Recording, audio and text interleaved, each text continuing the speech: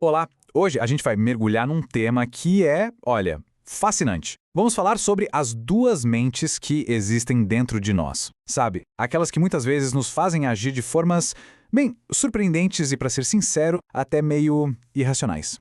Quem nunca se perguntou isso, né? Por que pessoas super inteligentes, e às vezes a gente mesmo, acabam tomando decisões que depois, olhando pra trás, não fazem o menor sentido? Muita gente joga a culpa na emoção, né? Ah, foi o calor do momento. Mas a fonte que a gente está analisando aqui, que se baseia no trabalho de um vencedor do Prêmio Nobel, diz que o buraco é mais embaixo. A raiz do problema, na verdade, está no design do nosso cérebro. Ele é feito para pegar atalhos, para economizar energia. Então, vamos lá. Chegou a hora de conhecer a teoria que está no centro de toda essa conversa. Ela foi proposta por Daniel Kahneman, e ele nos apresenta os dois personagens principais que comandam o nosso pensamento.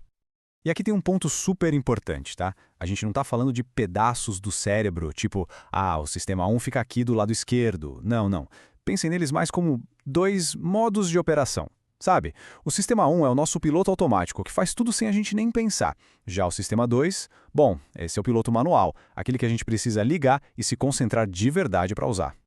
Olha só essa comparação que deixa tudo bem claro. O sistema 1 é rápido, automático, intuitivo. É a nossa reação de bate-pronto, sabe? Ele está ligado o tempo todo, tomando 1 milhão de decisões por dia sem que a gente sequer perceba.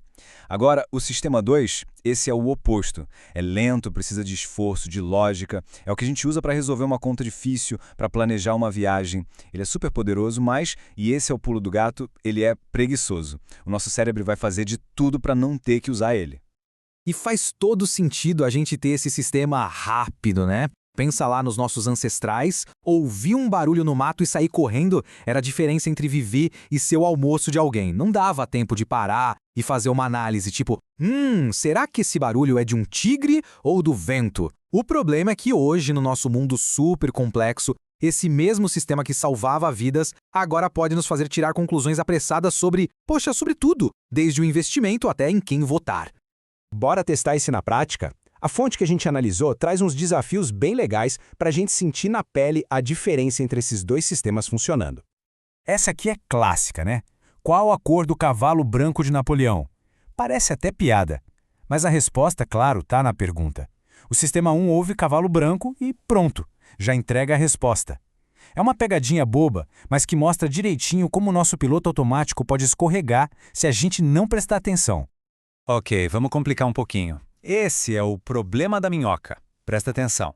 Uma minhoca está num buraco de 10 metros. Todo dia ela sobe 4 metros, mas à noite ela escorrega 3 para trás. Em quantos dias ela sai do buraco? Pensa aí. Qual a primeira resposta que pulou na cabeça? Se a resposta foi 10 dias, parabéns! O seu sistema 1 está funcionando que é uma beleza. Ele fez exatamente o que foi programado para fazer. Pegou o atalho mais fácil. Ué, se ela avança 1 metro por dia, para 10 metros, vai levar 10 dias. Lógico, né? Simples, rápido e completamente errado. Agora, respira fundo. Vamos ligar o sistema 2, aquele que dá preguiça. Vamos pensar dia a dia.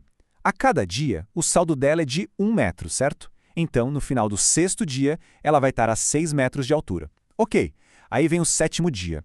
Ela começa o dia a 6 metros e sobe mais 4. 6 mais 4, 10. Ela chegou no topo, saiu do buraco. Ela não vai escorregar de noite, porque ela já está fora. Aí está! A resposta correta é 7 dias. Viu só? Esse probleminha é perfeito para mostrar como a nossa intuição, o nosso pensamento rápido pode nos passar a perna. E como às vezes a gente precisa parar, respirar e pensar de verdade. Ok, agora que a gente já entendeu como a teoria funciona na prática, com esses quebra-cabeças, vamos levar isso para o mundo real. A fonte que estudamos usa essa ideia de sistema 1 e sistema 2 para analisar um campo bem complexo, a política. E aqui um aviso importante, pessoal. O que a gente vai ver agora é a análise do autor da fonte, ok? É a forma como ele aplicou essa teoria para entender certos eventos. A nossa ideia aqui é mostrar um exemplo de como esse modelo funciona, não dizer que essa é a única verdade ou a única forma de ver as coisas.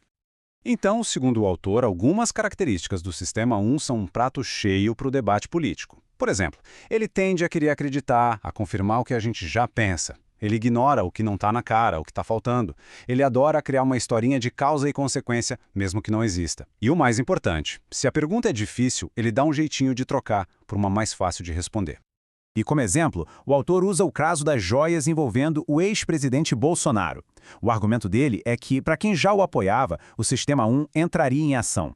E como o Sistema 1 gosta de confirmar o que a gente já acredita, a tendência seria minimizar ou racionalizar as acusações. É importante dizer que, segundo especialistas, esse é um padrão que acontece em vários espectros políticos. Não é exclusividade de um lado. A lealdade ao grupo muitas vezes fala mais alto que uma análise fria dos fatos. Para aprofundar esse ponto da normalização, de como a gente se acostuma com as coisas, a fonte até cita a filósofa Hannah Arendt. A ideia central da análise do autor é essa. O perigo mora na banalização, quando atos que antes seriam um escândalo viram paisagem. E o autor dá um nome para isso, sistema de dois pesos. Sabe o ditado dois pesos e duas medidas? É exatamente isso. É a tendência que o nosso sistema 1 tem de ser um juiz super rigoroso para os nossos adversários, mas uma mãe na hora de julgar os erros de quem está do nosso lado. E isso, olha só que interessante, volta direto para a teoria. Segundo o autor, quando aparece um fato que incomoda, que desafia o que a gente acredita, o que o Sistema 1 faz? Em vez de chamar o Sistema 2 para pensar no assunto, ele muda de assunto, desvia. É uma fuga, né? Uma maneira de evitar o trabalho mental, de ter que talvez mudar de ideia. Ok, a gente viu a teoria, os quebra-cabeças, o estudo de caso na política, mas e aí, o que isso tudo significa pra gente, no nosso dia a dia? Pra mim, essa é a parte que realmente importa. A grande lição é a seguinte: isso não é sobre eles ou aqueles, é sobre todos nós. Todo cérebro humano funciona assim. O Sistema 1 é fundamental, a gente não viveria sem ele. O problema é que hoje, com esse bombardeio de informação, de fake news, de rede social, ele se torna um ponto fraco. Ele é vulnerável, pode ser manipulado, ele nos faz engolir respostas fáceis para problemas que são, na verdade, super complexos. Então, o que fazer? Como a gente pode se defender disso? A fonte dá umas dicas bem práticas. Primeiro passo, aprenda a reconhecer quando um problema exige mais do que um estalo. Se algo parece fácil demais ou se confirma exatamente o que já se pensava, acenda o sinal de alerta. Segundo, duvide da primeira reação, do primeiro impulso, principalmente em assuntos polêmicos. E terceiro, que talvez seja o mais difícil, crie o hábito de parar, de dar uma pausa antes de reagir para dar tempo do Sistema 2 acordar. E a gente termina com essa provocação. Saber que a nossa mente adora um atalho já é meio caminho andado. O verdadeiro desafio, o jogo de gente grande, é começar a caçar esses atalhos no nosso próprio jeito de pensar. Que atalho mental, que ideia pré-concebida, que reação automática dá pra gente questionar hoje? Vale a pena pensar nisso. A resposta pode surpreender. Obrigado pela companhia.